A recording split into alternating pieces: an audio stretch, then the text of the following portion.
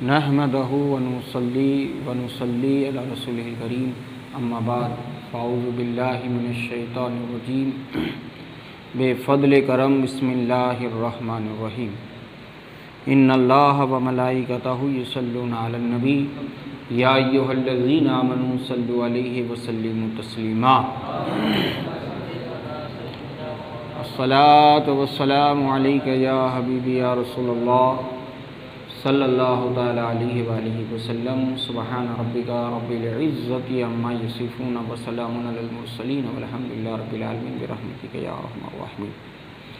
المرتضیٰ شاہی جمعہ مسجد میں حاضر باش جملہ حجاج، جملہ سامعین، نوجوان ساتھیوں اور مولانا داؤد صاحب، مقدس درس قرآن کی محفل میں ہم سب کی حاضری ہے۔ اللہ تبارک و تعالی ہماری حاضری کو اپنی بارگاہ میں قبول فرمائے۔ معزز سامعین کرام،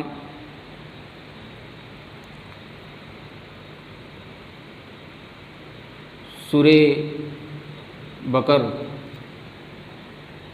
کی تلاوت الف لام میم ذالک الکتاب لا ریب فیہ ھدی للمتقین، اس کے بعد سے لے کر مومنین کا ذکر ہوا اور اس کے بعد غیر مسلمانوں کا ذکر ہوا۔ اب یہاں پر جو ذکر آ رہا ہے وہ ذکر خصوصی طور پر منافقوں کے لیے ہے۔ اب آپ کہیں گے، آپ سوچیں گے کہ یہ منافق کس بلا کا نام ہے، یہ منافق کون سا جانور آتا ہے، منافق کس کو کہتے ہیں؟ دیکھیے، عالم دنیا میں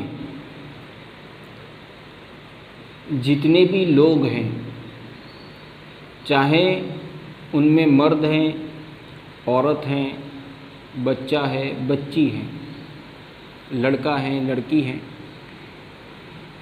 اس میں عمر اور سائز کا کوئی اعتبار نہیں، سبھی کو انسان ہی کہا جاتا ہے۔ چھوٹا ہے تب بھی وہ انسان، بچی ہے تب بھی وہ انسان، عورت ہے تب بھی وہ انسان، مرد ہے تب بھی وہ انسان۔ اب ان انسانوں میں پوری عالم دنیا میں لوگ الگ الگ مذہب پر، الگ الگ دھرم کو پالنے والے لوگ ہیں، مگر جتنے بھی ہیں اللہ اور اس کے رسول کو مانتے ہیں وہ مسلمان، اور جو نہیں مانتے وہ غیر مسلمان، جس میں غیر مسلمانوں کے لیے خصوصی طور پر ایک لفظ استعمال کیا جاتا ہے، کافر۔ اس لفظ کا معنی ہی ہوتا ہے اللہ اور اس کے رسول کا انکار کرنے والا۔ جو اللہ اور اس کے رسول کا انکار کرے اسے اسلام کی بھاشا میں، قرآن کی بھاشا میں اسے کافر کہتے ہیں۔ تو جتنے بھی غیر مسلمان ہیں یہ تو کھلے ہیں۔ اب جو اللہ اور اس کے رسول کو مانتے ہیں وہ مسلمان ہیں، وہ مومن ہیں۔ اب مومن کی بھی پہچان الگ ہے، مسلمان کی بھی پہچان الگ ہے۔ مومن اسے کہتے ہیں کہ اللہ کے ماں سوا کہیں کسی بھی اور جگہ کہیں بھی وشواس نہ کرے۔ جیسے ایک اللہ والے کی ایک بزرگ کے حوالے سے یہ بات بیان کی جاتی ہے، جیسے غیر مسلمانوں میں آج بھی خاص کر کے غیر مسلمان عورتیں جب وہ ورت رکھتی ہیں، روزہ رکھتی ہیں، تو یہ پیپل کے چاروں اور چکر لگاتی ہیں، دورے باندھتی ہیں، یہ قسم قسم کی جو بھی ہیں، تو اس جو اللہ والے تھے وہ بزرگ، تو ان کی وائف نے، ان کی اہلیہ نے بھی منت رکھ لی. ان کے گاؤں میں، ان کے شہر میں کچھ ایسا ہی کچھ ہوتا تھا، تو اس نے بھی اس ولی اللہ کے گھر سے مانتا مانی، منت مانی کہ میں بھی، میرے بیٹا سلامت رہا تو میں بھی ایسا کروں گی. تو بیٹے کو 4 5 10 سال ہو گئے، تو پھر اس اللہ والے بندے کی بیوی نے اپنے شوہر سے بات کی کہ میں نے ایسی مانتا مانی ہے، ایسی منت مانی ہے، مجھے اس کو پورا کرنا ہے، نہیں تو میرا بیٹا مر جائے گا. ایک ایسی اندھ شردھا. تو اللہ والے فی الفور بارگاہ الوہیت میں عرض کرتے ہیں کہ مالک میرے بیٹے کو ابھی ہی لے لے تاکہ ہمیں کسی غیر کے سامنے جھکنا نہ پڑے. بس اللہ والے نے دعا کی، ان کا بیٹا انتقال کر گیا. تو گویا کہ اللہ کے ماں سوا جو مومنین ہوتے ہیں. اچھا، مومنین کی ایک صفات یہ بھی ہے، حضرت سرکار مخدوم اشرف جہانگیر سمنانی کی والدہ محترمہ جب حضرت مخدوم پاک پیدا نہیں ہوئے تھے تو تہجد کے وقت حضرت مخدوم اشرف جہانگیر سمنانی رحمۃ اللہ تعالیٰ علیہ کی والدہ حضرت ختیجہ، انہوں نے بھی تہجد کے وقت مصلی بچھایا، خوب روئی، خوب گڑ گڑائی اور اللہ کی بارگاہ میں بیٹے مانگے. اور بیٹا مانگنے کے بعد آپ کو یہ خیال آیا کہ جب میرا رب نہیں چاہتا تو میں مانگنے والی کون؟ تو پھر اللہ کی بارگاہ میں عرض کرتی ہے کہ اے معبود تو دے گا تب بھی میں راضی، نہیں دے گا تب بھی میں راضی. یعنی کہ ہر حال میں، ہر سیکنڈ، ہر گھڑی، ہر لمحات صرف اللہ وحدہ لا شریک کی رضا میں راضی رکھنے والے کو مومن کہتے ہیں. اب مسلمان کی کیا پہچان کہ کہیں دوسرے سے بھی فائدہ کبھی ہو جائے، اس کا مقصد یہ نہیں ہوتا. جیسا کہ آج بھی کچھ مسلمان ایسے ہیں کہ ان کے یہاں اولاد نہ ہو تو کسی اور کا دروازہ کھٹکھٹاتے کہ نہیں کھٹکھٹاتے، کسی اور کے پاس جاتے کہ، اور اوپر سے یوں کہتے کہ ہم کو کہاں ماننا ہے، ہم کو کہاں ایمان لانا ہے، جو بھی ودھی کرنی ہے اس کو کرنی ہے، ہم کو نہیں کرنی. یعنی کہ مسلمان کبھی ادھر کبھی ادھر، یہ مسلمان کی پہچان اور مومن کی یہ پہچان. اب ایک مومن ہے، ایک مسلمان ہے، اور انہی مسلمانوں میں ایک جماعت ایسی ہے جسے منافق کہتے ہیں. اچھا، منافق کی پہچان کیا ہے؟ کہ منافق جو ہوتے ہیں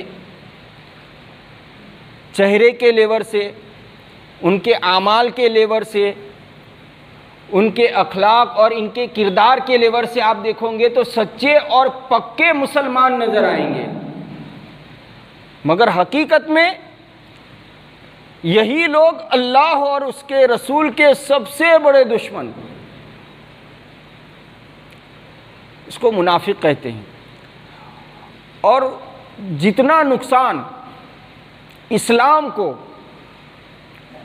غیر مسلمانوں سے نہیں ہوا، اتنا نقصان مسلمانوں کے اندر رہنے والے منافقوں سے ہوا. حدیث بھی ہے مگر اس طرف مجھے نہیں جانا ہے. تو اب یہاں پر بیان ہو رہا ہے منافقوں کا. تو اللہ تبارک و تعالی منافقوں کے تعلق سے ارشاد فرماتا ہے وَمِنَ النَّاسِ مَن يَقُولُ آمَنَّا بِاللَّهِ وَبِالْيَوْمِ الْآخِرِ وَمَا هُمْ بِمُؤْمِنِينَ. اور کچھ لوگ کہتے ہیں کہ ہم اللہ پر اور آخرت کے دین پر ایمان لے آئے ہیں، حالانکہ وہ ایمان والے نہیں ہیں. وہ یہ تو کہتے ہیں کہ ہم آخرت پر بھی ایمان رکھتے ہیں، اللہ پر بھی ایمان رکھتے ہیں، آخرت پر بھی ایمان رکھتے ہیں، مگر قرآن کیا کہتا ہے کہ حقیقت میں وہ ایمان والے نہیں ہیں. ایسے ہی سرکار مدینہ صلی اللہ تعالی علیہ وآلہ وسلم مسجد نبوی شریف مدینہ شریف میں جب ان آیت مقدس کا نزول ہوا، اللہ تبارک و تعالیٰ نے منافقوں کے تعلق سے رسول اللہ کو خبر دی. تو جمعہ کا دن تھا، اب جمعہ کے دن جتنے بھی آتے ہیں سب نماز کے لیے تو آئیں گے، مگر سرکار صلی اللہ علیہ وآلہ وسلم نے ممبر شریف پر کھڑے ہو کر اعلان کیا کہ فلاں بن فلاں، فلاں بن فلاں، فلاں بن فلاں، فلاں بن فلاں، نام لیتے گئے، کھڑے کرتے گئے اور مسجد سے انہیں باہر نکالتے گئے کہ تم منافق ہو، نکل جاؤ مسجد سے باہر، نکل جاؤ مسجد سے باہر، نکل جاؤ مسجد سے باہر۔ گویا کہ خود سرکار علیہ الصلاۃ والسلام نے اللہ کے خبر دینے سے مصطفیٰ جان رحمت نے منافقوں کو مسجد سے باہر نکالا ہے۔ پھر اللہ تبارک و تعالی آگے ارشاد فرماتا ہے یخادعون اللہ والذین آمنوا وما یخدعون الا انفسهم وما یشعرون،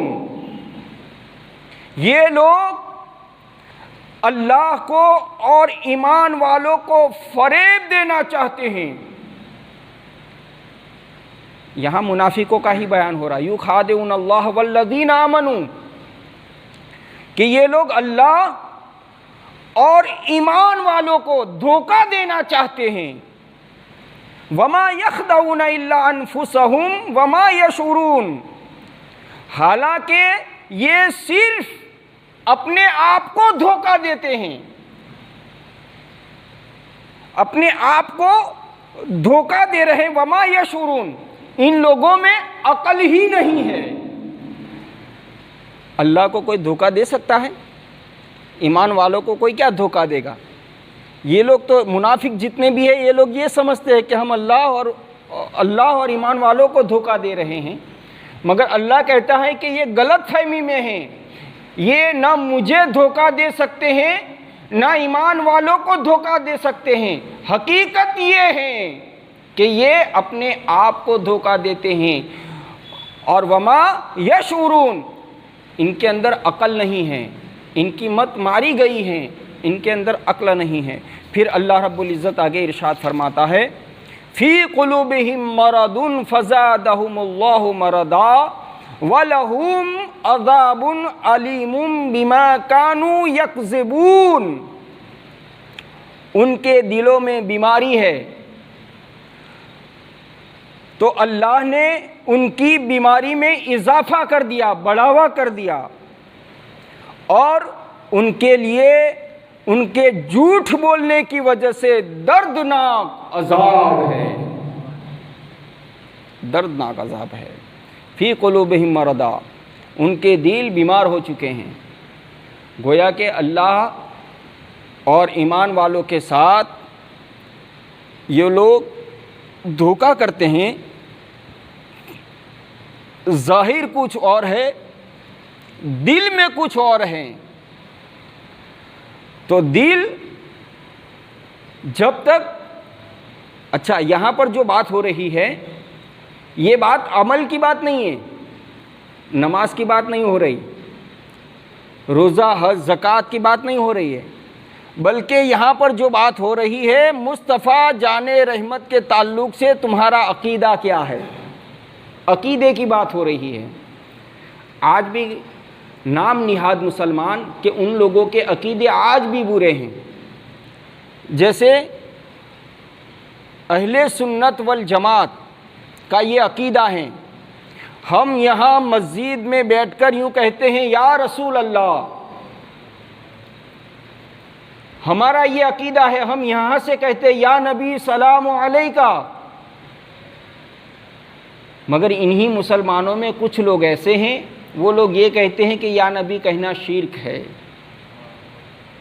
کچھ لوگ یہ کہتے ہیں کہ یہاں سے یا رسول اللہ کہنا شرک ہے، یہاں سے ہم رسول اللہ کو نہیں بلا سکتے، تم مدینہ میں جاؤ اور کہو یا رسول اللہ تو برابر، یہاں سے نہیں۔ کہا کیوں نہیں؟ تو ان لوگوں کا جواب یہ آتا ہے کہ اس لیے یا رسول اللہ کہہ کر نہ پکارو کہ یا سے قریب والے کو پکارا جاتا ہے، دور والے کو نہیں۔ مگر ان نادانوں نے النبی اولا بالمؤمنین من انفسہم، نبی کو تم نے دور کیسے سمجھ لیا؟ نبی تو تمہاری جان رگ سے بھی زیادہ قریب ہے، رسول اللہ صلی اللہ تعالیٰ علیہ وآلہ وسلم پر ہم جب بھی درود پڑھتے ہیں ہمارا یہ ایمان ہے، اور خود آقا نعمت فخر کائنات صلی اللہ علیہ وآلہ وسلم ارشاد فرماتے ہیں کہ جو بھی مومن مسلمان مجھ پر اخلاص کے ساتھ درود پڑھتا ہے، اس درود کو فرشتے نہیں بلکہ اخلاص کا پڑھا ہوا درود میں اپنے کانوں سے سنتا ہوں۔ تو رسول اللہ درود سنے، وہ رسول اللہ ہماری صدا کو بھی بالیقین سن سکتے ہیں۔ گویا کہ یہاں پر عقیدے کی بنیاد پر انسان عقیدے کی بنیاد پر منافق بنتا ہے، تو اللہ رب العزت ارشاد فرماتا ہے کہ ان کے دلوں میں عقیدے کی بیماری آ چکی ہے۔ اچھا، ایک منافقت کی بیماری ہے، یہ بھی ایک بیماری ہے، مگر پھر کچھ مسلمانوں میں حسد کی بیماری، یہ سب سے بڑی بیماری ہے۔